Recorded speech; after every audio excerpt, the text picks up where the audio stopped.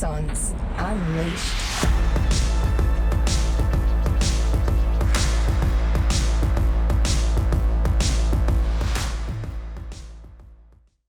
G'day everyone, my name's Robbie. I'm here with Dan, I'm here with Jane, and we've got a very special guest with us today, the amazing Tash Herrmann. Hello. Hello. Hey, G'day. Good to see you. Yeah, Tash, some of you may recognise Tash from every fortnight on our Facebook Live where she comes along, and her and her lovely other half, Kent, are probably the first and the second people normally to jump online and say g'day. They're certainly battling everyone else, and sometimes I feel like you guys are battling yourself to see who can like jump on first and go, hi guys. They're what we call super fans. Yeah, it used to just be Kent that got on, and then he wouldn't let me comment on his account. Oh. So I had to... I use my iPhone on the sideline, watch it on the TV. And yeah, I was going to say, you guys have sent me an image before, like you got a big 75-inch TV, and like my mullet's on there. I'm like, oh, just turn, no. I'm sorry, you're getting to see me so big. So what do you do? So you get set up nice and early on a Wednesday night and go, all right. Starts at lunchtime on Wednesday. Axon's going live, and we put it up on the big screen TV. And Kent has an alarm on his phone. Right. The alarm goes off and hooks up the laptop to the TV. Wow. I have to have dinner cooked in time so that... So he's there's a not having to whole eat. preparation ready for man. this evening, is there? I'm glad it's gone to fortnightly. Yeah. It a lot allows of you pressure on a to, Wednesday night. relax a little bit. So are we. Well, it pretty much coincided with when you guys actually moved into your new home, because we were like, oh, well, Kent and Tash needs to have some time to be able to unpack, and let's give them an extra Wednesday night every Thank 2 you weeks. for And that. So we've got heaps of awesome stuff to sort of discuss today. So Tash is going to talk about what it's like being a military spouse to the tune of 30-odd years that Kent's done in the military now. 27, yeah. Yeah, close. closer. That 27 is 30-odd in Yeah. my... I know you're a school teacher as well, Sorry. so you're being very very exact there. yeah, and that'll be good. There'll no doubt be some absolute gems there for some of our listeners who are a military spouse, or indeed, if you're the military member, this will be great to be able to get inside your head of your spouse as well, to be able to learn what they're thinking, feeling, and experiencing from another angle. As we said down at breakfast, Dan and I are like, well, we can't tell you what it's like to be a military spouse. And Jane, unfortunately, you don't can't know what either. it's like either. I mean, you probably feel like you're one anyway. You've been sort of the work wife of Dan and I for the last 3.5 years. It does get a bit that way. But no, we're gonna talk about that stuff. We'll talk about your property journey as well. I know you guys have been successful from building a portfolio, growing your wealth, moving in your own brand new home. Where to from here? You guys are like what, mid to late 40s? Yep. Can I group you together in that conversation ish? Yep. Normally I'm saying to Dan, I'm like, it's about our age, and he's like, don't fucking group me together in your age. I'm not in your age, mate. No. Even though the noggin's thinning, you have got well and truly advanced years on me. Yeah. Yeah, definitely I'm in the same age as you, Robbie. Oh, good. I thought you were going to drag us. I was like, Tash, careful where come you on. go. Hey. here. Like, I know that people are listening on a podcast, they can't see you, but for those watching us on YouTube, they can see you. They're like, yes, Robbie, that's correct. Yeah. And of course, I was we've got... about to say, just be very careful where you go with this. Hey, right this is now. my podcast. I can say whatever I want. And of course, we've got Jane here with us as well. So, you've basically been involved in building a couple of houses now for Kent and Tash. So I have. it'll give everyone a real-time insight into what your experience was like that as well. Sure. So, yeah, start us off, Dan. Yeah, absolutely. I mean, it was really important for us to make sure we had Jane here during this session as well, because you guys actually share a very unique relationship, I suppose, Jane, having taken you through, and it's no longer like a professional relationship, although there's that element there, but you kind of become part of the framework and sort of you're part of the family in the truest sense, Yeah. Tash, from that perspective. Definitely. Yeah. So let's backpedal 30 odd years and let's go back and talk about you, Tash. Where does the story of Tash start? Where did you grow up? What was childhood like for you as well? So I grew up in Albury-Wodonga, a big family in Albury-Wodonga. It's How also big? My mum's from a family of around 13. Around 30. Give or take. Has there been something happen? Like, normally it's a bit more of a precise number than that. Yes, there has Around been 13. Yeah, there's Okay, been fair a couple enough. of passing. I get it. I get it. Yep. But there was 13 at that point. There was 13. Yeah. So it's a big family, and Albury-Wodonga is a pretty big military town. Didn't have anything to do with anyone in the military, although my dad was a Vietnam vet. Right. But of course, as a Vietnam vet and as a Nasho, he didn't. Mouth shut. Yeah, didn't talk about it. Really didn't acknowledge it probably until my sister and I were in our teens. That was when the Welcome Home Parade happened. So, so we didn't really have anything to do with defence at all. But we lived in a big military town. Yeah. So Just out of curiosity, how did that, I suppose, affect you, or what were you thinking when you're like, hey, we know like that we've got a Vietnam vet in the family here, but they never speak about it? Like, what was going through your mind when that sort of stuff came up? I guess you probably don't link some of the issues that my dad had. There was a girl that I went to school with who her father was also a Vietnam vet, and we often used to sleep over at each other's, as you do, teenage girls. And, it was interesting because she was probably one of the only ones who I'd invite to my house because, the consequences of a Vietnam veteran father with undiagnosed PTSD meant that she understood. She understood what it was going to be like and how volatile things can be. It was also pretty volatile at her place. Invite other friends over and they kind of didn't really understand. Didn't get it. They just didn't get it. Yeah. We probably didn't get it, in honesty, because we didn't know about it. It wasn't really talked about in terms of PTSD like it is now. It's recognised now. It wasn't back then, So it is what it is. And it was just one of those things back then. It was just like, oh, well, you just get on with life, and you don't really have that sort of level of recognition that's available. No, certainly, we in the knew it was modern environment. different, but we didn't know why it was different. We knew that Dad had been to Vietnam. We knew that he didn't talk about it, but there just wasn't that linkage between why are things like they are at home with Dad. Yeah, okay. And it wasn't till probably our mid to late teens that my sister and I started to have some recognition, some big things happened for my dad, which were not necessarily great, but at that stage we sort of bought into counselling and all the services, the Vietnam Veterans Counselling, and that was when we started to make linkages and understand what was going on. Great. It's so much better now. So I'm very, very happy to report. Yeah, so completely different. Completely different. My sister ended up joining the military. That's pretty cool. I didn't know that. What did she do? So she was in as a pay clerk to start with. Yeah, All right. Very important. Yeah, absolutely. Everyone wants leave. Everyone wants pay. Yep, correct. Yeah. So she joined after she'd met a fellow who was in the military, and she joined after that. She did go overseas, and she had some pretty big things happen while she was overseas, and some of the activities that she was involved in while she was over there. We're super proud of her, but I guess we saw signs then when she came home of PTSD, and I guess having been in that, we found out afterwards it's probably more likely that you also will suffer from PTSD in a circumstance like that when you are the child of somebody who has PTSD. Yeah, right. Yep. So it's certainly definitely the services that are around, they were better for my sister than they were for my dad, but they still weren't great for my sister. And so. What year was that? When did she join? When did she get out? Oh, look, I couldn't tell you when she joined. She's been out now probably 8 years or so. Okay. Relatively Same year. recent then, yeah. Yeah. So Yeah. even recently. 2013, I got out. So, yeah. Yeah. Okay. So really, a lot of the time back then, it was there's medical just you weren't right. Yeah. Came home and you weren't right. I still very much remember it's what I'm talking to my psychiatrist about now. He's like, why haven't you passed on all this stuff? I'm like, mate, if I had said what I'm saying to you right now, I would have been put off to the sidelines and benched and not had anything to do with anyone and probably medically discharged. I'm like, of course I'm like, it was a no-go zone back then. Yeah, absolutely. And I'm only talking 8 years ago, and I understand it's way, way better now. But, But there's still, and this is just having spoken to a client as recently as yesterday. Yep, who I remember. Was fearful of being able to stand up and go, hey, I've probably got some PTSD issues here. I need to speak to someone. And he just didn't feel comfortable while being within the system. He didn't feel supported. He didn't feel enabled to go and have that conversation. So I think it's really important that I didn't know that this was where the conversation was going to go this morning. We never do.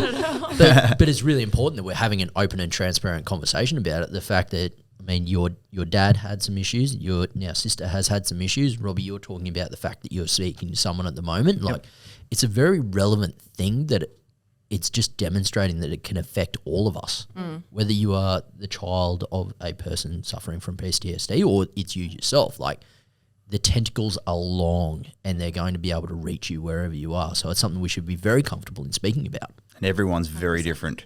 Yeah. It's like Jane, you'll probably get PTSD after hanging out with us for another 3.5 years Too in late. another way. Too late. No, it's something that I've really come to understand though, and learn a lot more about, because I've always understood the way the brain works and a lot about mental health, and whilst it's never really been, in my opinion, a massive issue for me, it's something that I've definitely come into contact with now, through a lot of clients and even the guys at work. It's something that I'm very mindful of, and I'm really happy to know that there are this support networks out there now. And also I've got a friend in America whose husband's in the military over there, and he's very similar. Like, he's seen some horrible things and I've heard some horrible stories, but he won't put his hand up and say he's got these problems and these things in his head for the same reason. There's that stigma about it. He will one day. Yeah, it'll get to a Actually, choice it's gonna whereby come your to- quality of yeah. life gets affected, like what Yeah. happened to me over the last 6 months. I'm like, I need to get this fixed because Yeah. I'm not enjoying Yeah. being here right now. So And certainly I guess my sister sought treatment because of what happened with Dad. Like, Dad didn't talk about it, and when after they had the welcome home parade, it was a couple of years after that, things just bubbled and things went drastically wrong. And so we saw in our family what it was like to just hold it and hold it and hold it and hold it. The volcano erupted, Yeah. and it erupted and destroyed lots of things at that point. So what did the family say when you and Kent linked up then? So you ended up meeting a guy in the army. yeah, so I wasn't. Tell us that story. Yeah. Here we go. Tell us the story of Kent and Let's Tash. try and How keep did- it PG because we know that there's only PG listeners in this podcast. Right. So Kent was on the course down at Albury Wodonga with my brother-in-law, or the fellow who would become my brother-in-law. All right. And he and my brother-in-law were all being posted up to Brisbane, so they were doing a bit of negotiating at my mum's house as to who was going to cart some things. Kent needed some tyres for a car, actually, towed up in a trailer, and so there was some negotiating on who could take what in which cars and how it was all going to happen. So I happened to be dropping off my son for my mum to look after at the time, so I could head off to a netball game, an indoor netball game. So I was in my very attractive indoor netball gear. You saw this strapping young army lad there in the house. I think I pretty much ignored him. But it was, I guess, because he was coming over quite a bit at that stage. I went out with my sister and my brother-in-law were leaving, so we'd been out for a couple of times to dinner. Kent sort of was there as well, and we just got talking. And I guess you couldn't really say we were in a relationship when he left, but I guess the relationship developed. They were both. What year was this? So I'm probably talking 1993, 94. Right, so no internet, no Tinder, no Facebook, none of that. So it was just normal, actual, genuine interaction. They with did not people. need Tinder, mate. Yeah, that's true. No, we wrote letters. We did actually write letters to each other. We also helped to increase the Telstra stock significantly bet. during that Plenty of time on the that phone. time, yeah. Monthly bills that were horrendous. Hundreds of dollars, yeah, that's right. Yeah. It was, No unlimited plans. No. none of that. Anyway, but I used to come up and visit my sister. I would stay at my sister's place in Brisbane, and obviously see Kent, and it just developed over time. Eventually he coursed again down to Wagga. He needed to change his course, or he'd wanted to do that aviation course. Yep. And so we were really only about 40-minute drive, so he used to come down then and stay on weekends. So this sort of went on for a couple of years before, obviously, we decided that maybe we should, we actually like each other. And we developed actually quite I think it was good because we were friends first. Do you know what I mean? And we had to learn to communicate very early on, because the relationship wouldn't have developed, it would have just dwindled. I can still see that with you guys, getting to know you the way that I have. Like, I can see that deep friendship that you have, and it's actually a really admirable thing. Like, it's thanks. a lot of couples I know do not have that, and you guys are just, Especially for people that met quite young and now fast forward absolutely. 25, 30 years, you still got that respect and admiration for each other. It is very difficult, very unique to come by. Yeah, It agreed. certainly is, yeah. Well, there you go. Hey, Dan, can you maybe just explain to our listeners, like you know a lot about Kent's background and you've got a Ramey background as well. So just who is this gentleman we're speaking of? Put it in layman's The man, terms. the myth, the legend. Yes. So I suppose Kent would have been, so you said he went through the Appy school. So Yeah, he went through Abbey. So for those Ramey What's that? Mafia type out there, so the way that it used to occur is there was a full-on apprentice trade training centre down in Albury Wodonga. And what they'd do is relatively young gentlemen would come and they'd live on base and they would get their trade as well as doing sort of their military training at the same No time. girls involved at this stage, like guys only. Guys, No, I think there was a couple, Yeah. but not very many. It was Okay, not very sure, many. sure. like Yeah. this is in the bad old days, and Kent might not have been quite in yet, but like the young tradies would use their skills either for good or for evil in the local area, whether that be cars disappearing off the side of the road and getting deconstructed underneath the barracks buildings and stuff like that. So it was very much in trend with the Ramey Mafia back in those days to make sure that everyone was looked after and everyone had beer tickets from that perspective. But they'd go off and they'd do their trade training, and then eventually after that they'd move across into the trade training centre, I think, was just up the road at Bonegilla at that point in time. So Latchford is slightly over towards the dam or the Huey, weir. Yep. And then Bonegilla's back towards town. Wodonga. Yeah, Yeah, Wodonga Wodonga. sort of area. So this is when people go and that are now specialised into a certain trade, like a certain and I think technical expertise. Kent would have been back in the days of going doing radio mech type stuff. Yeah, I think there's so some a radio- true blue boffin from that Yeah. perspective. Right, Big, okay. big brain kind of guys that getting all the wires and the programming and everything like that these days. So Yep. that was his background. But Tash, you were saying earlier that he actually wanted to go into aviation space from really early on in the days. Yeah, so I'm not 100% certain on the story behind it, but my understanding was that he was keen in this aviation area, and that, you know, when you sign up, I'm sure the recruitment centres sort of promise you certain things, and there was this suggestion. My understanding of the story is that, you know, he went through as an apprentice and then he could career path into this. Yep. But each time he sort of finished at one place, supposedly that had moved from there and moved on and moved on. And the next place would allow him to go and change. Yes, correct. Yeah. Does that sound familiar?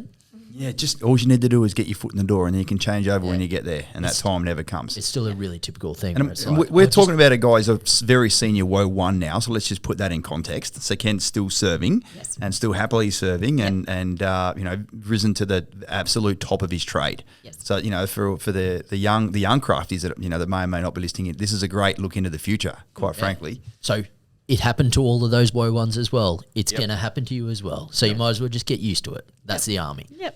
And so he once he'd finished his training, I understand he had to do 12 months sort of on-job stuff up here in Brisbane. That's what he and my As an brother... odget, yep. Yeah, that's what he and my... I don't know what you're On saying. the job training, odgets. Got Yep. it. So that's what he and my brother-in-law came up to Brisbane for, and they did that 12 months, and he was then posted to Townsville, and I think he really only did about 6 weeks there before he was then recoursed. I don't know what the... down to Wagga.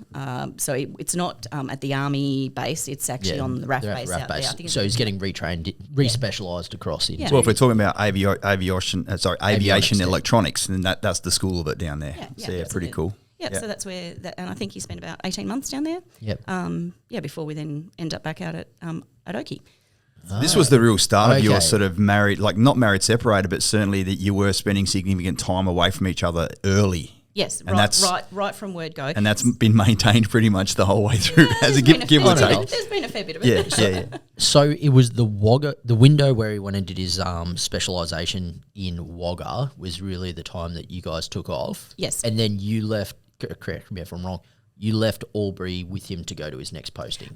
So when he finished his course there, he was posted to Oki.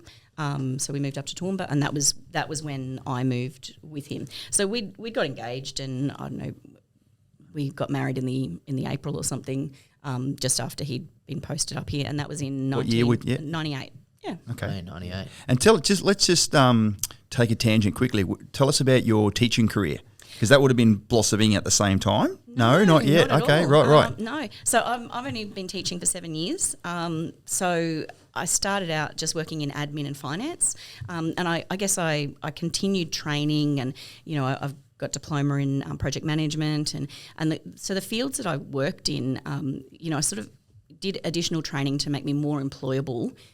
Once Kent and I had sort of, decided to get married, we knew, or I knew, it was going to mean moving around. You're following him around. Yeah. Yep. And Sound familiar, ladies and gents? yeah, Yes. and I guess I know some people don't necessarily like that, but the primary career here was Kent's.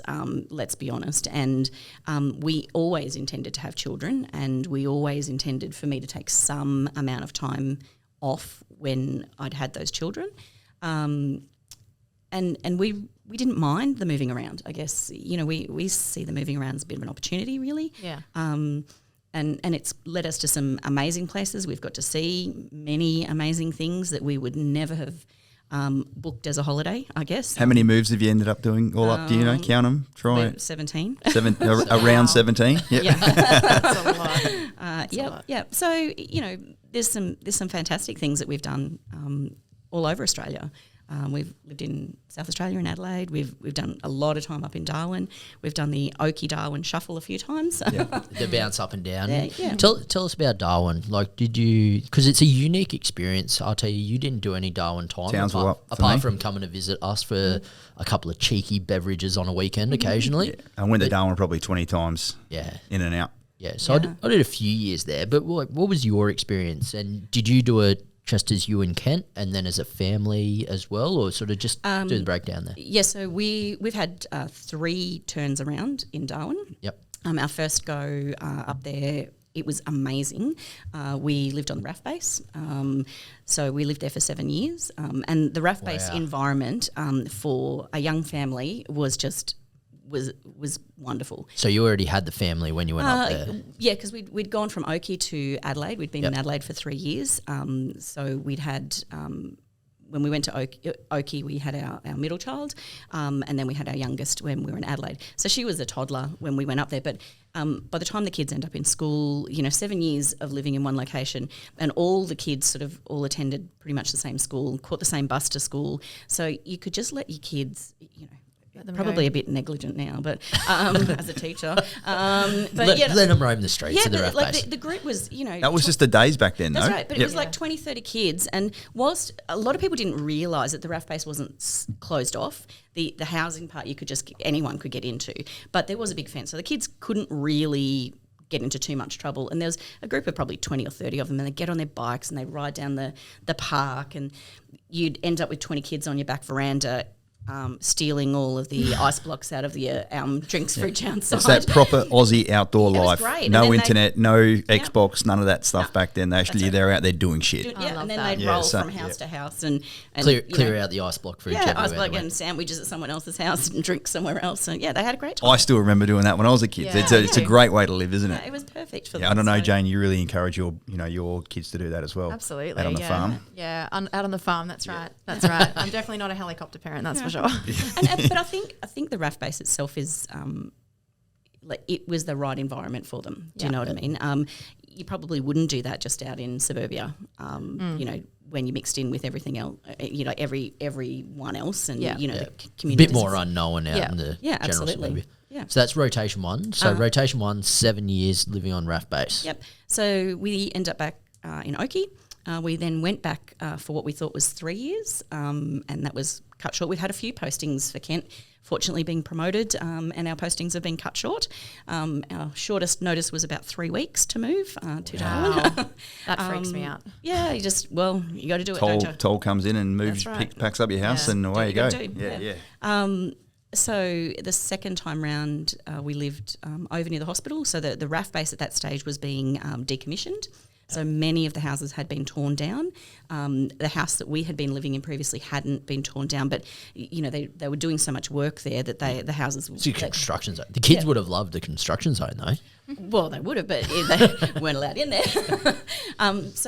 When we went back, we had 2 years living in Lyons, and Lyons is built a lot like southern estates are built, where you can just about hear your next door neighbour taking a wee in the morning. They're really close. not a great style of housing for Darwin. You know, RAF-based Yeah. houses were all 2-story. You know, you got a Well lot of suited, ventilation. well suited stilts. to the environment. Yeah, Yep. yeah, absolutely. Yep. Not great the second time round. And then, Was that a quick stint though? yeah, it was cut short. We're back to Oakey. So we did 2 years for that. Okay. And then we What's went, Ken by now? A sergeant, warrant officer? I think there was a warrant officer around Yep. there. Yeah. Because he'd gone and done his sub 4 for Kent's trade. Yep. Not all of them, but his sub 4 required 6 months down in Melbourne at RMIT, and then they come It's back. a long stint down there. Yeah, and then they come back and I do 3 or 4 months maybe Yep. at Oakey doing some OJT as well. Yep. And then he got his promotion after that. So Just quickly, had you guys started thinking about your financial future by now? Had you bought a house yet? Because so we'd actually started. let's try and weave that in. Yeah. Yep. So we'd started way back on our first go at Oakey. So once we'd moved up here and we got married, we'd had our daughter. During that time, Kent was, I guess, at a unit. I think I want to say 171 maybe. And they were flying, or they were doing a lot of work in PNG. Over in Bougainville. Yep. So I think it was just peacekeeping over there, and the time frames over there maybe about 3 months each go. But I think Kent did maybe 2 or 3 rounds rotations. But they also used to do helicopter changeovers. They used to spent a lot of time popping in and out of the country. Yeah, absolutely. And those rotations would be, like 7 to 10 days or something, or they'd have to sort of go via Townsville. But they had the big orange Jaffa helicopters over there. They were all painted orange, and that was back at a time again, not great internet. We had email, but the email wouldn't go through instantly. So you could send an email and it might take 45 minutes for the email to arrive for Ken. They had very limited... Snail mail. Like, she's just emailed me. I'll get back to her right away. She'll still be there. 2 days later. Yeah. This is going to sound weird. The best way to communicate was that we all had to set up RSVP accounts. Oh, that's the dating app. So we all I set up... didn't think we were going towards Tinder or dating accounts like we today, but are. here we Yeah, are. so here we are. RSVP accounts we all had, and so you'd tee up a time that you would log on together, God, this is and then so you had to wait. Everyone was in like just a big joint room where you could communicate with anybody who was in the room. And so you'd have to wait till they get on, and then you invite them to a private room. So then I guess it worked a little bit like an instant messenger service, but because of securities and things, they weren't allowed to. I think they did have MSN Messenger, but they weren't allowed to use that while they were over there. But they could Use dating sites. RSVP.com. So the only way around it somehow, I don't know how figured this that out? works. No, I don't know, but the first One time of the Ken went boys, over, one of the Ken. boys who was on Yeah, RSVP. Kent let me know. So you just need to get onto RSVP and set up an account. What? I'm not looking for Ken, any Why do you have an figure account? this out? So anyway, but it was good. You could message each other because your phone call would be 10 minutes, maybe 10, 15 minutes or something like that once a week on the sat phone, and that was awful experience because you sort of hear the echo about 3 times before you could respond back to the person. Yeah. That is something you need to get used to. Yeah. Yeah, so he would have got some quick little injections of cash. Lots of injections of cash with that. Yeah. We thought we were riding pretty with that injection of cash. We'd having worked in finance, I was like, this is what we need to do. We'd researched it. We're pretty happy with going with something negative gearing because we knew we were looking to move around. So we didn't want to buy something that we'd have to sell and then we'd have to buy again and we'd sell again. And whilst Defence has got systems set up around that, it seemed like a lot of work, to be honest. So we happened to come down to Forest Lake. Forest Lake was not yet developed. I was going to say, that must have been really early days. Very early days, very, very early days. When it was the middle of nowhere. Yep. Like Springfield Lakes hadn't even started. No. And after we had our house, Springfield Lakes was considered the poor man's. Of course. Forest Too Lake, far just out. Too far out, yep. Yep. Hang on, just Yep, that's right. look down my nose right now. So we went out and we thought, we're just going to buy this house. We're going to build a house. So we went through a builder, appeal to mum, dad, 2.4 kids, this middle of the market, this is how we're going to do this. And then we went down to the builder and that was way out of our budget. like drastically. So what we got was a little cottage block with this little 2.5 bedroom place. Doesn't even have a lock-up garage. I think land and house build cost us $112,000. Wow.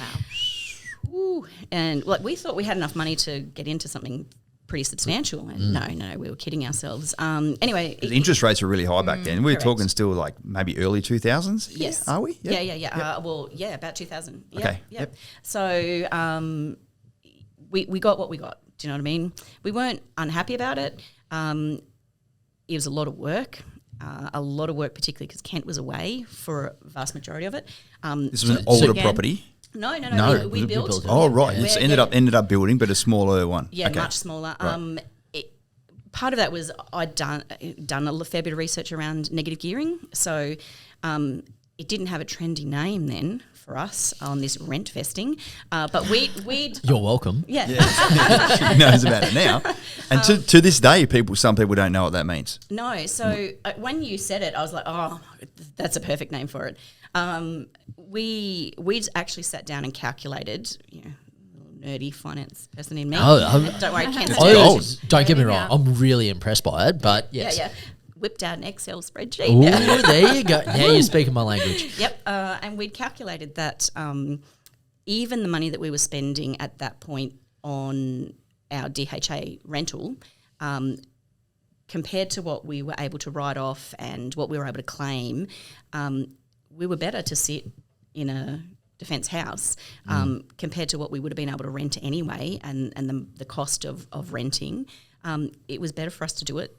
To buy an investment property than it was to try and buy our own. And had the tenant and the tax man pay that off for you. Absolutely. So that's where we were probably, I'm going to say late 20s, 27-ish, 28-ish maybe when we got that Jumped house. into the market, yeah. Yeah. Yep. So I was Good. pregnant with Jordan. Actually, it must have been a little bit before that. She's born in 99.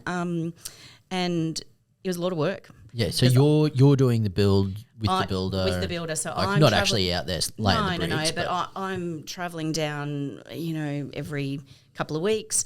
You're living up in Toowoomba still? Living in Toowoomba. Kent was away a fair bit of this. I Wow. was having to do, deciding on things because there was no sending pictures to him and going, what colour would you like? What, Yeah. what Wow, this, yeah, far it's out. not organised the way the Axon ones are done. It was a fair bit of work to do. But we got it, and we were happy with it, and looking back now, it's been our little gold mine. Do you know what I mean? That one's still sitting in your portfolio. It's actually isn't sitting in our portfolio. And without saying how much it's valued at now, we are aware that we're looking at in excess of $65,000 in capital gains tax if we sell it. Right. That's how much it's appreciated over time. So it's. Yeah. Great. But You can well, wait. Yeah, whilst I'm sad that if I had to sell it and give the tax man that, it has helped us Get to where you are. to get into the additional properties that we've got along the way. Brilliant. So, yeah. So would you say you effectively tried to get into the market as soon as you possibly could? Absolutely. Like we had, as most people do, families sort of, they bought a house when they were young and paid off your house over 30 years. Even back in the early 2000s or late 90s, Yeah, mum that and was- dad are saying, do it the way I did it. Yeah, Buy you a house, buy a house, pay it off. that because that's what the Australian dream was, own your own piece, and it was our dream. It still is, and I guess it's everyone's dream to own something that is yours. And fair enough too. yeah, absolutely. There's just a few different ways about how to get there. Exactly. So the trouble for us though was that we could see how much the market fluctuated, in just the short time that we had been looking, and we didn't want to be put in a situation of we'd moved, to a new location and we'd have to sell, and we might not be selling at the right time. We might be losing money on something. So for us, buying our own property just didn't make sense. We wanted to get into the market, but of course, at that stage, the big thing for negative gearing was you keep the property for 8 years, sell it. That's it. Right. Keep it for 8 years and it's gone. Well, that property's now 22 years old. Our daughter's 22. Yeah, still doing its thing. Yeah. So it's still, we didn't get rid of it because it was doing too well. Good decision. Yeah, absolutely. So, yeah. But So that was number one property, Yep. and then you're doing the Darwin-Oakey shuffle. Yep, and then while Kent was in Darwin, he had another round of peacekeeping. So he went over to Timor.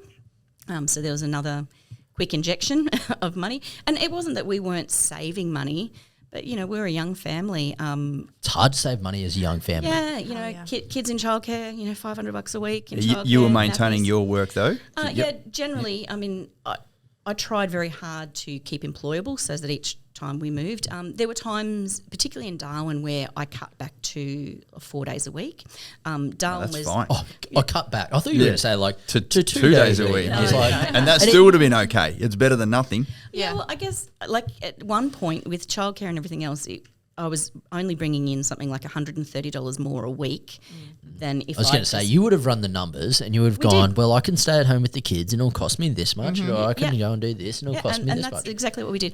And $130, like someone like, oh, it's not worth going out to work for 4 days but $130 in my pocket It's better than is kicking the teeth. $130 in my pocket. And you're being able to engage with others, and you kept motivated, and you're being employable, and you're not just sitting at home Maintaining a set of skills so the next time you go and you post again, then you're employable getting baby in the brain, next and location. you know you're so long. Yeah, it's a It's so much more than just the monetary aspect. I find absolutely. as well. Yeah, absolutely. And I think particularly because being in Darwin and especially the first 7 years that we were there, the unit is so active. So if they're not away on a deployment as such, they were off, you know, exercising, practicing. That's practicing. That's all Darwin is about. Like Yeah. it's a very High it's readiness brigade. It's centered around that. Like I remember being up there, we'd probably spend 6 to 9 months of the year outfield on activities. Like, Yeah, yeah. Yeah, she ain't a lifestyle posting up there. Like no. it is, but it's not. 'Cause like you know when everyone's back in town and the pubs are absolutely roaring because everyone's back in town. and Darwin was roaring back Yeah, then. yeah. And it's great. It's a great lifestyle. I know before we actually moved there, lots of people were, you know, gonna hate it. It's so terrible. It's so hot. You just sort of ask them, I loved like, you been there? Yeah. Oh no, but I've just heard how terrible it is. You know. Thanks, champ. Thanks, champ. Something to look forward to. Yeah. So I was really dreading it. But when you go up there, the winter time is not winter. Like it's just the dry season, and so it's like perfect summer down here. No rain. You can plan things on weekends. You know it's not going to rain. And even in the build-up and the wet season, as long as you can get some relief with some air conditioning here and there, which when you're working, You're in that's air what conditioning. you're in air conditioning. But the kids used to, you know, a storm would come. Oh. The kids would be stripping off their clothes and running in the And backyard. it was Just- reliable during the build up. It's like, all right, storm time. Boom. Yeah. Storms, cools down, move Yeah, on. it was great. So, As we're speaking to you now in late September, that's pretty much what's happening. yeah. Yeah. Exactly. So yeah, we had more injection of cash. This was around. We'd sort of saved the money. We'd looked at where we were going to go with this, and we kind of got roped into a spruiker in Darwin. So this second property didn't go quite as well as our first one was brilliant. Second one not as great. Tell us about that. I haven't heard you use that term before. So roped in by a spruiker in Darwin, but you didn't buy in Darwin, though, did you? No. Yeah. So tell us how, because this is going to resonate with a lot of people because you Yeah. are not the Lone Ranger here. No. So we had this money. We'd been saving, plus we'd had this injection of funds, and we knew we needed to get into something. You know, not to put it downer on it, but our first property was getting to a point where we were no longer negatively geared cash positive. We were moving into a space where we were going to actually be everything positive, which would then mean the point is we're going to then be paying tax on that. And we bought that property to help to reduce some of the tax that we were spending. So they had this investment, you know, seminar, one of the big hotels, and So someone from down south had come down up. south come up. Right. You know, well, we didn't know that. It was just an investment thing that was there. We thought, we'll go along and have a little bit of a look. You know, they had all the flashy brochures and they told us about the area. So we actually bought in Holmview, and On the spot. no. Okay. We did go. They was holding a few of them, so we went back a couple of times. We did look at a few different options, and this was around the time that Kent had also been. He was going off to do his course sub 4 down in Melbourne. Yep. So as the build was going to happen, he would actually be in Oakey. So he was juggling at that stage, doing his OJT stuff Yep. that he needed for his sub 4, with travelling down to check on the build. So we end up Just for context, Holmville is it's a south side suburb of Brisbane. Near Beenleigh, isn't it? Near it's Beenleigh. classed as being in the city of Logan. Yeah, right. Yeah. Yep. Okay. I love the way she pulled that face when she said Logan. I live in Logan. Well, the Logan LGA is quite big. Yeah, let's be it fair. is. like, It is. and I get for it, those though. of I you get who it. aren't living in Queensland's, I suppose, our local government areas are probably the largest of all of Australia because we did an amalgamation activity Yep. a few years ago. Yep. So Logan has quite a span from like some of the nice fringing suburbs of like your Daisy Hills and fringing right on the Brisbane City Council And region. even out to Scenic Rim as well. Scenic Yeah. Rim covers it. It as touches well. the northern part of the Gold Coast. Exactly right. Yeah. So it's got a good spread. There is, as is in every single LGA, there is some terrible spots and there are some amazing spots, and there's some spots in between. Yeah. There Look, is. and I think Homeview was a named Homeview to make it appeal Yeah. to people. It's not one of the best spots, unfortunately. There's an abattoir there. Actually, our house is just behind Case that. in point. Way to increase the value. I'm just saying, I know the area. And just so you know, our house is a street back from the abattoir. Oh, I bet that smells Right. amazing. It's not so, good. yeah, no. Look, every time we've been there, whilst you do smell when you go past the abattoir, you don't actually smell it at the house. So, that part's Yeah. okay. But When the wind blows a certain way, though, when Yeah. you're living near Yeah. there, like Yeah, I yeah, used yeah, to, yeah. you can smell it. Yeah. Oh, yeah. It's a thing. Yeah. So Oh, yeah. we sort of had all these flashy things, and we thought, Southeast Queensland was on the rise. We'd been watching and monitoring, and we, I guess, you were tricked into Southeast Queensland. Southeast Queensland is quite a large area, and there are parts of Southeast Queensland that did really well, like Forest Lake, and there's parts of Southeast Queensland that are not doing so well, like Holmview. So we ended up building a house there. We got tenants in, and look, it looked after itself. It's no problem at all. We didn't lose money on it at this point in time, but it didn't really appreciate in value the way we expected. Yeah, it was the best way of describing it is more of a stagnant property rather than something that's moving at the same rate as everything around Yeah. it. Look, the rent kept going up. So in terms of incoming money, we haven't lost out there. But certainly in terms of when I compare that to our first property, we had capital growth, which is exactly what we were after in our first property. We didn't And have- good rent return. That's right. Yeah, if you can get both, that's the holy grail. So that's where we were with those, and we were. I guess then Kent did a third posting, well, not quite. After our second posting up there, we moved back to Toowoomba, and Kent was given an opportunity to go overseas to Afghanistan. So we had a big cash injection, and we knew that we needed to do something with this money. We had a lot that we had sitting there. And when he came home, he was then also unexpectedly posted back to Darwin. And you to guys Darwin. did that married, We separated. did that married unaccompanied, Yeah. because at the time we just always had a policy as well for both of us with our work that we just don't say no. It's just been a yes approach to it. We always said we would never do married unaccompanied. But I guess we got to that stage in our life where our middle daughter had finished high school. In fact, she graduated the year that Kent was overseas. She was just starting uni. Our youngest was about to start year 11. We knew that the posting to Darwin that Kent was about to do was 2 year with potential for a 12-month extension beyond that. But the job was a really busy job. So we could go up there, and he was going to be travelling interstate a week every. He was a WO1 now, right? WO1 now, yep. Yeah, he was going to be travelling a fair bit anyway. He was going to, I guess, technically, he doesn't have to go to work any earlier than whatever the starting hours are and whatever the finishing hours are. But that's just not Kent. Yeah. And you don't really report to anyone as a WO1. No. You just go in and do your stuff. So now he was the Reggie ASM, so the Regiment ASM, wasn't he? Correct, yeah. At One Evan. Yes. So he... So that's like top of the trade at the unit, and arguably probably at the forefront of that capability For the brigade. for maintenance. Yeah. And I think during his time there was also there was a safety position that he was kind of double handling, Yep. 2 jobs that he was. So he was doing a lot of hours. So we did the married unaccompanied. He was put into we found a little apartment on the waterfront up there. It's relatively luxurious that he was in there, wasn't it? Yeah, and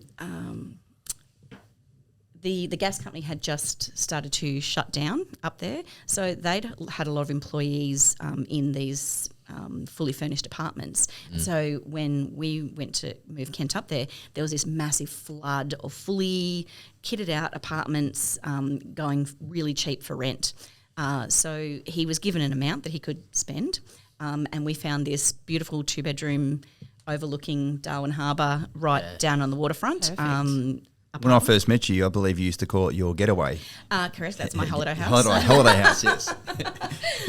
Yep. Thanks, Army. Yeah, that's right. So, it provided an opportunity. Look, married unaccompanied is hard. It's hard work. I think without the foundation of communication that we have got, we just don't. There's some things I guess you can't say you don't do it, but like there are some things. But you know each other well enough now that there are some things that if the kids ask you, or there's decisions to be made, there's things that I know that Kent's happy for me to make decisions about, the same as I'm happy for him to make decisions about. But then there's other things that like I'm just not happy to do that without having had that conversation. We might still arrive at the same decision, but there's one way you're doing it together, or there's one way you're doing it apart. Yeah, that's right. Yeah.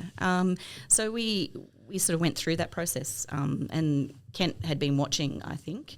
I was going to say, let's transition into how this is what are we now, 2017, 18? It must be around then, yeah. Yeah-ish. So probably 2018, I reckon. I think 18, 18. So Kent had been watching, and I was visiting on my holiday. Yeah, you were going to a your holiday holiday house. house. Yes. over the Christmas break. And he probably said, he goes, hey, hun, I've been watching this property spruiking group on the internet. And you probably went, probably let's not freaked just out. do that again. Yeah, so Tell us about that. Yeah, so he was like, oh no, we just got to get on, have this meeting with them. Can we schedule it? And I'm like, really? Because I love hearing these stories. Yeah, because for our audience, we didn't know anything about how Homeview property came to be or anything like that. So we're hearing about this for the first time. So I'm glad to see Tash's reaction when she's telling us now, and then I had to speak to you guys. So it was me as the coach, and Dan, you were my property specialist. Well, actually, I think we spoke to both of you. Was our first intro one. Together. Yeah, it was done together. The dynamic duo at that point in time. Yeah. Old days. And I think Kent knew he probably needed to convince me. And it's not that he needed to convince me that we needed to buy something, because we'd been talking about that for some time. And you had cash sitting there That's after right. the Afghan deployment. We needed to do something. But it was just more once burnt. We were a little bit like, a bit shy, because once they sold us the property, the Homeview one, I don't know whether it was the developer that sold it to us, really, quite honestly now when I look back at it, I don't know if it was the developer or who it was, or an intermediary, but that was it. Contract signed, see you later. Yep. Never heard from him again. Never. Wow. What a familiar story this is, though. How many times have we heard this? It was very different with our first house because we went directly with a builder. So the builder was much more, it was a very small company, much more personable. Not that there was a build support or anything like that, but, when we had the baby, we got some flowers sent. They were a little bit more personal approach. The second house, no, there was none of that. And we were churn and burn. Yeah, it was exactly churn and burn. So I was just more concerned. Of course, you don't want to repeat the mistakes of the past. Go into something and be sitting there and going, when do they wipe their hands of us? And, are they going to, is this going to be, where exactly are you thinking that you want us to buy a house? Because, and you guys were sort of talking a bit around about Southeast Queensland. I go, right, yeah, so where exactly? Yeah. Because, we've done this party trick and not everywhere in... not everywhere in Southeast Queensland is a winner. No, absolutely not. Hey, if you would have said Logan at that point in time, what do you think our response would have been? I I don't know. I think you guys probably would have gone as well. That's I think you received some feedback about that property at Homeview. Well, we actually looked at selling that. Yes. Yeah. I remember. Didn't we get a valuation done on something, and just to try and understand the position of it, because we don't like to speculate. We like to deal with real time numbers. Let's just find out the numbers. Yeah. Yeah, and so the property I think was pretty much had maybe gone up about $10,000 or $15,000, and we'd had it for maybe 8 years at that stage. Wow.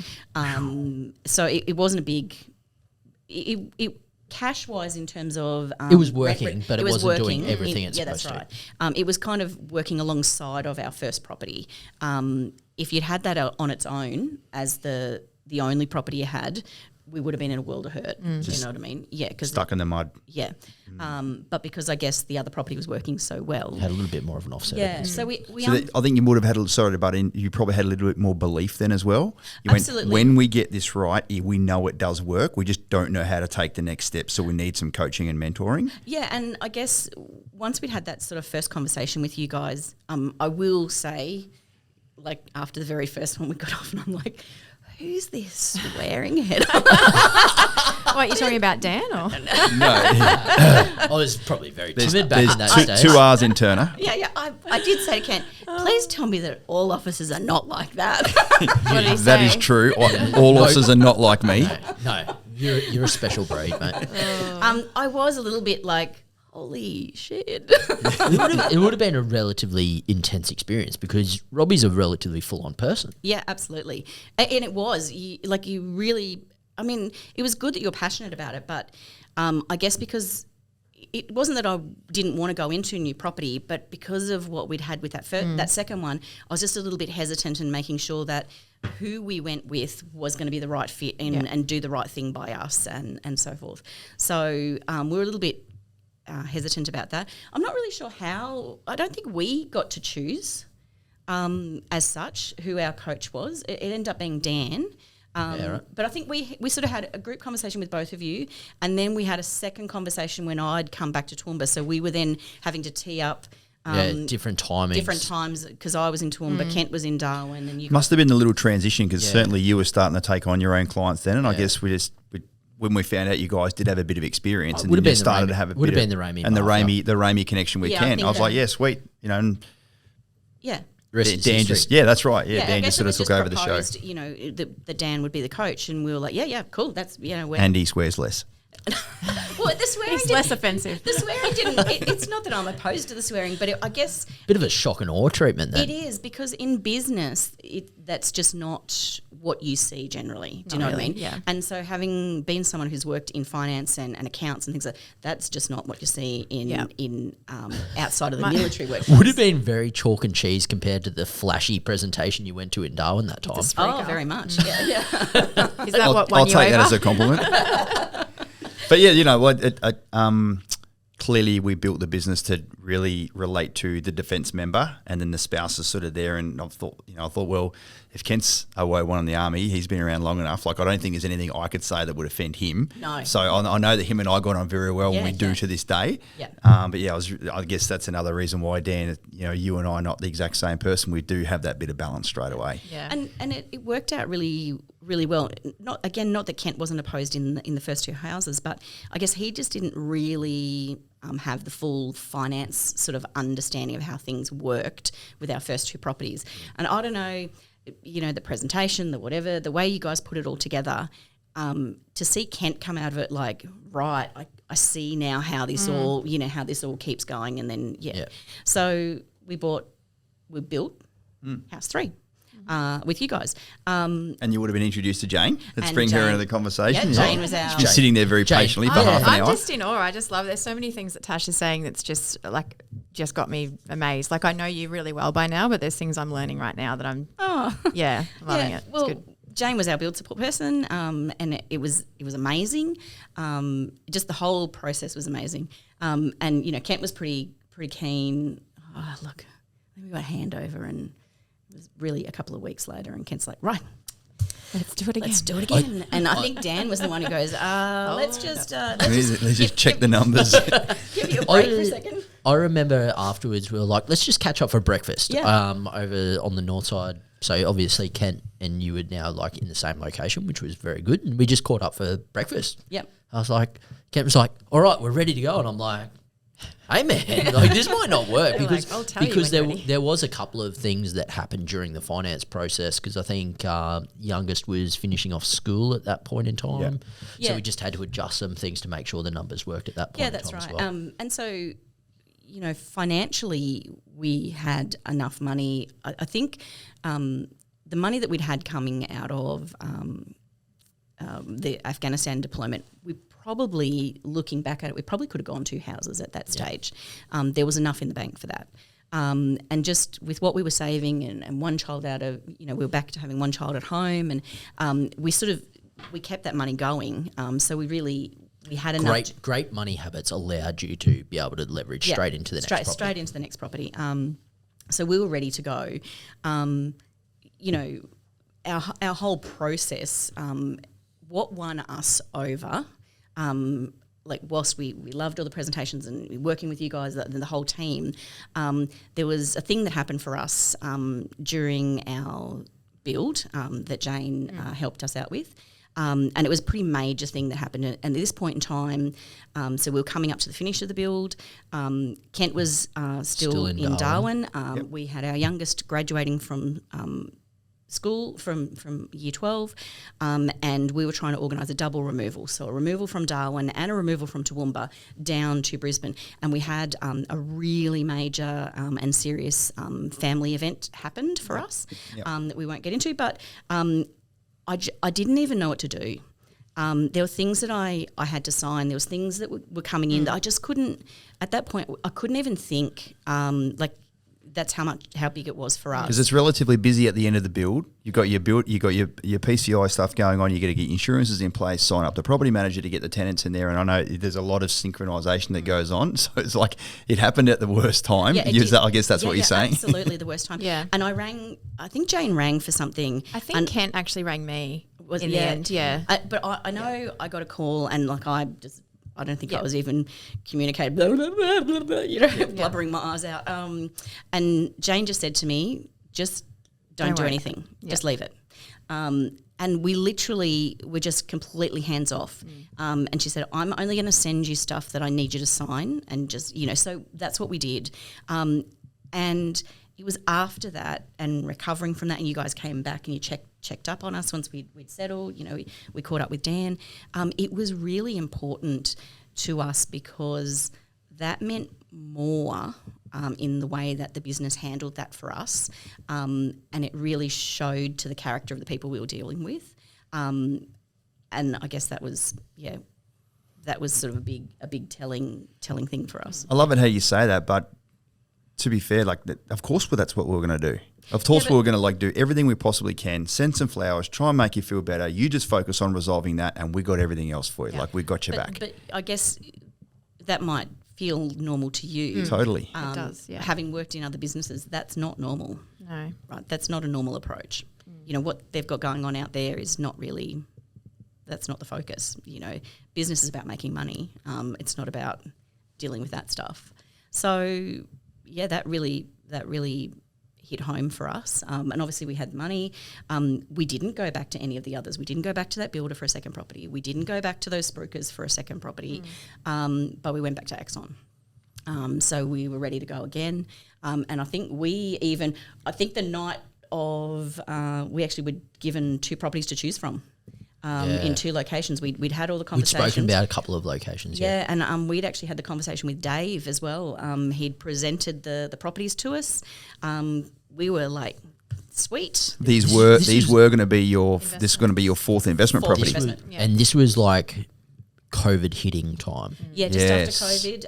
And these ones, we were out of southeast Queensland. We were looking at New South Wales at this point. So we took you away from that fearful thing of southeast Queensland again. Because there was a pretty major change that then happened. I think you needed to jump in from a strategy perspective. Is that where you we go into? So Kent got an unexpected promotion. I don't know.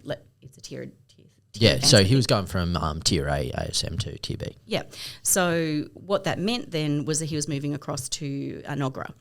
So our plan that we had discussed with Dan was our posting here was for 3 years. There was a particular posting that Kent was looking at potentially going down and doing for 3 years in Canberra. So we were sort of adding up, we've got 5 years, and then at the end of 5 years, then we might be looking at for our own home. Yeah, so it's all good. Of course, this thing came along. And all of a sudden we were no longer entitled to a married quarter because we owned the little Forest Lake place. It was within distance, and because we now technically had no children at home, 2.5 bedrooms, it was a suitable I think residence. what's about 28 k's or something from Monogra, so it was inside the 30k radius, give or take. Painful drive from that Yeah. location. Oh. These conversations, though, that we were having at that point, you're like, I can do this, this, or this. And I'm like freaking out internally for you. And she was like, Tash was just so calm. She was like, oh, well, it is what it is. Like, what can we do? Yep, you had to work it out. You had to work it out. Yeah. We did. So And Dr. Dan jumped in. Yeah. Like, actually, why don't we think about doing this? yeah, well, we end up. I think we had to sort of ring because I think we were ready to make the decision on the fourth investment. We had to ring Dave back and go, actually, can you just like don't Let's put it on Let's just go back and have a chat about the plan. Yeah, Yes. this has happened. And, of course, we were having to tread water a little bit because Kent had been advised that this was going to happen. But the posting order hadn't been the struck posting yet. order had So it's like a 3 or 4 week gap it would have been between the two. Yeah, absolutely. So it was horrendous. Anyway, terrible timing. We went looking for land. So Yeah, absolutely. I remember, and this is a very big change for you guys because the other properties have been like, this is all about the dollars and the numbers and everything like that. I remember the distinct pivot where you're like, yeah, so we want a really big block of land and we don't want it necessarily in an investment location. We want it away and it's different. It's our lifestyle decision. It's now a lifestyle decision. Yeah. I remember going, well, we need to flip this process on its head here, Tash. Yep. Change plan. Not that it's something we don't know how to do. Clearly, No. it's just it was a major pivot in the direction. And we were absolutely just literally went shopping then. Yep. And we were like, all right, let's go and see what's available and let's And go it on the was just- hunt. Yep, weekend after On that weekend, block. going and finding and looking and seeing and And then once we'd sort of decided on the block, then Then the fun starts. then it was like display village after display village. This is what I want. This is what I want. Yeah, the design that I want, and this is the addition. was it a pretty custom build, was it? Or was it a modification of an existing design? There's What- kind of a It's a there's a mod. very Bit of both. yeah. It's Yeah, a bit of both. Yeah. So we sort of blended a couple of things. There were some very strong tweaks that we needed to put in place. but Beautiful. Yeah. There's a baseline house that we sort of Yeah. templated ourselves off, which was Yeah. nice. Yeah, Cool. there were some quite distinct things based on the block and the directions and the facings and of what we wanted, and that's where we went. So Yeah. we're property number 4, but 3 of them are investment, and 3 investment one and is you got our your own home. dream home. Yeah, that's so good. And tell us how that, I mean, it's one of those things you've gone through the different approach with it being your own home compared to an investment property. But like, how is the difference in emotion when you're getting to the completion of this forever home for you guys versus the completion of these investment properties? Oh, look, your own home just does not go fast enough. You were itching to get in there. Yeah. Like you can see, and because it's in an area, and I'm sure Robbie, you're the same. We didn't even go near our third property at all. Like the first time we saw it, I think It was at completion. It The was at tenants had moved completion. in. The tenants had moved in. But because it's within driving distance, we were out there every weekend. Yep. It's a massive block. We had to mow the lawn. You had mowed the lawn literally like 24 hours after you settled on the block. Yes, correct. I remember seeing the post on Facebook. Yeah. Oh, they're Yeah. out there again. Mowing our lawn, yeah. This bit of dirt that we own. yeah. Kent had And to, the slab goes down. Kent had to buy a ride-on mower. I bet you hated buying that. Yeah, it's terrible. But yeah, like it's just you're out there, you're seeing the progress, and whilst the build support team do a great job of monitoring that for you in an investment property, because you're not emotionally attached or Yep. emotionally invested in there, you don't really care. Do you know what I mean? Like we didn't. You just want to know what's going on and everything's on track, and that's Yep. about it. Tick, But tick. now, when you care, emotionally care, Yeah. Yeah. And it's really hard. Like we'd sort of say to Jane, sometimes ring her up and please tell me if I'm being too picky, tell us to pull our heads in. But you go out and go, well, we noticed that the bench top is not the one that we thought that we were, isn't that? No, it's just a mistake. Okay, well, do you want to know about that now, or do you want to wait till we get, no, tell us now. Yeah. But there's some things, that they're like, like those things will get fixed up later. Yeah. So it's sort of working that fine line. Jane was often, sorry, Jane, what do you want to know or You do you always not want to know? apologise first, which I thought was really funny because you'd ring and be like, "I'm really sorry, but," and I'm like, "Why are you apologising?" Yeah, but it was just knowing what things they want to know about, Yeah. and what things really just stop being picky. And wait until Yeah, and there's some corrections or the defect stuff is picked up. And that's the thing. Quite often things will happen in a build in a different order to what you might expect. Yeah. So you guys are out there and you're saying, oh, this has been done, but this hasn't. So Yeah. I guess having us sort of be able to tell you, yep, you're right, yep, no. Just having someone to bounce ideas off, really. Yeah. Yeah, it's great. Yeah. Many messages. It's the annoying ones again. What, Uncle Kent, Nutty Tash? yeah. Auntie Jane. Yeah. It's fantastic. So you guys are now in the forever home, or you've newly moved in there? So you're still unpacking the boxes. Some boxes. Yeah. We're Some 5 boxes. weeks in. Yeah. So How are I'm you still waiting for enjoying the it? housewarming. Yeah, that'll gotta be come soon. How are you guys enjoying it? Now you're in your forever home. It's been a long time coming because you've been in the military. You've done the rent vesting thing for 20 plus years where you've done it. Like, has it been worth the wait? absolutely. Yeah, absolutely. And I guess in our mind, back when we bought our first property, we honestly thought whatever properties we buy, we're going to have to sell all of those things up to be able to get into our own house. Wow. And that's not how it's worked.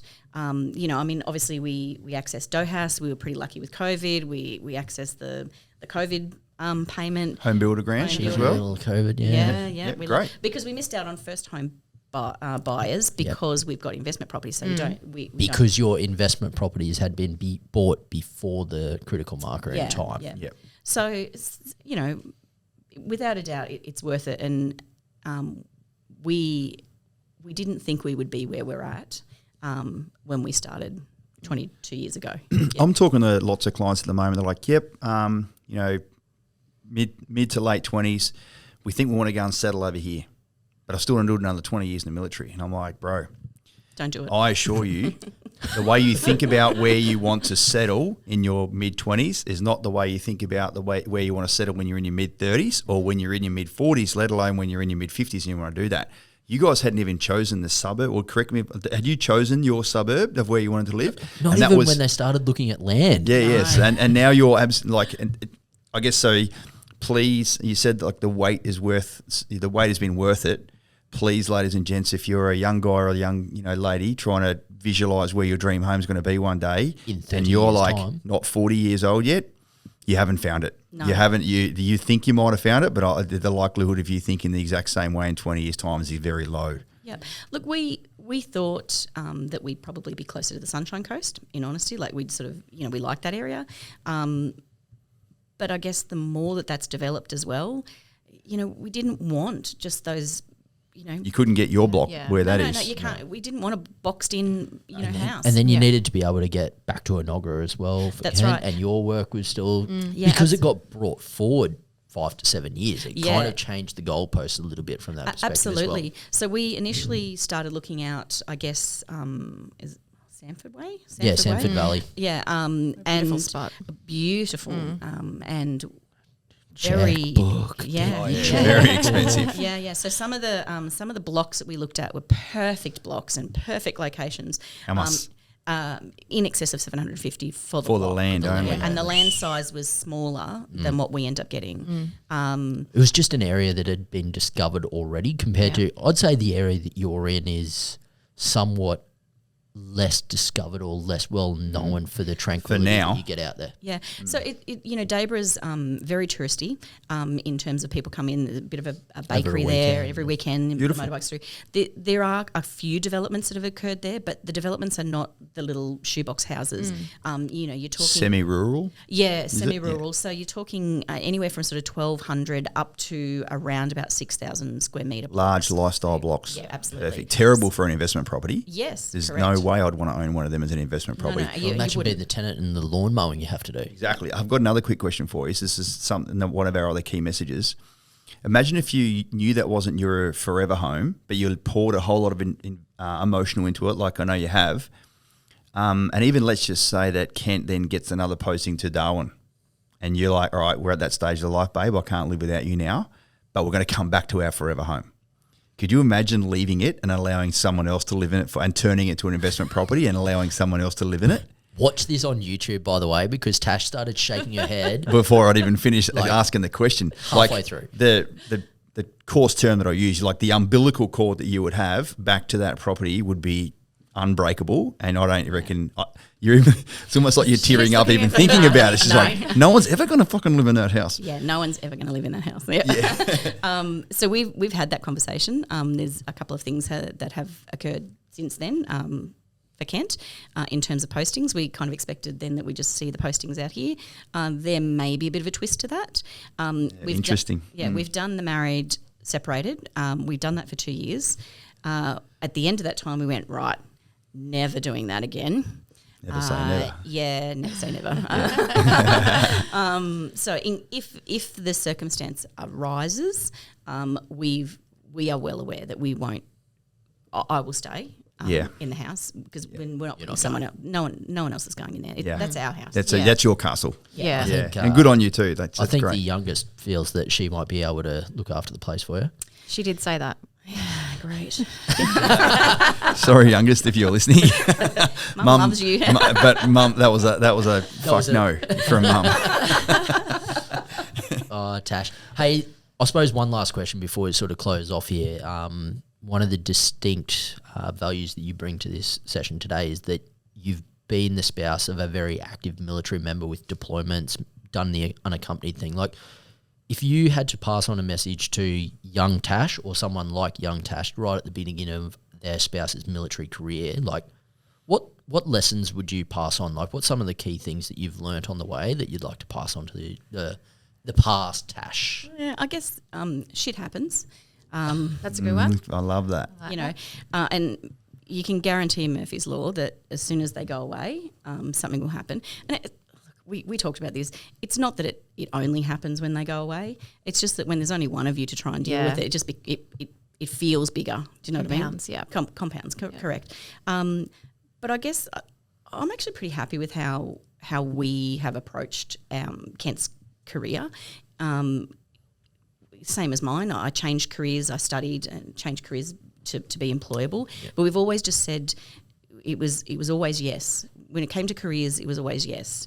And you just, whilst it might throw a spanner in the works, you deal with it. Do you know what I mean? It's given us so many opportunities. We've seen parts of Australia locally for each of the locations that we've been in that we would never have packed up and gone on a holiday across the Nullarbor if we weren't living in Adelaide. And met lifelong friends. That's right. We've got friends from all across the country. And we've loved it. Being in Darwin, I trained in Darwin. The same thing. I got to go and do prac placements overseas, teaching overseas. It worked the same for both of us. Whilst we allowed Kent's career to be the primary career, we just never said no. Always said yes and viewed it as an opportunity. Yeah. And yes, yes, even when you say yes, it's still okay to go, oh, for fuck's sake. But, do you know what I mean? Because we all do. Yeah, absolutely. But, just look at it with an opportunity instead of... The military is a wonderful organisation that really, really looks after its people, and certainly the conversations that we're no doubt having is for people that do want to say yes and people that want to keep drinking the military Kool-Aid. For the right people, they'll will sort of look after you. Yep. If people do want to buck the system and then think they can work it to their own advantage, and that's when things sort of start to go pear-shaped. Yeah, and I think that you try and fight it, you're just going to make life hard for yourself. So just don't fight it. Like let it happen, and just organise around it. Let the wave wash over you and you'll be fine. Or if it's not for you, get out, go do something else. That's it. Yeah, you've got a choice. Yeah. Because there's no one bigger person than the organisation, and the organisation will always come first, regardless of how much whinging and bitching sort of goes on there. So, you've been such a wonderful interview that we've just done now, a quick little podcast with you. So, I hope everyone draws a whole lot of inspiration. There's lots of little nuggets of gold there you've passed on from a lifestyle, a resilience, a wealth creation, and a mindset perspective. So it's been really interesting to sort of listen to, and I've loved watching your facial expression change. She's like, I had no idea about that sort of stuff. So there's so much that I knew, but so much I didn't. And just hearing your attitude about where the military's taken you, and always saying yes, like that's a life lesson for anybody, whether you're in the military or not. I think that's just such an amazing attribute to have, for you to be able to do that your entire adult life, really. It's just, hat off to you. It's amazing. Thanks. Brilliant. Thanks for joining us, Tash. Cheers, Tash. Thanks, All right. Tash. See you later, See you everyone. soon. See Have a ya. great day. Bye.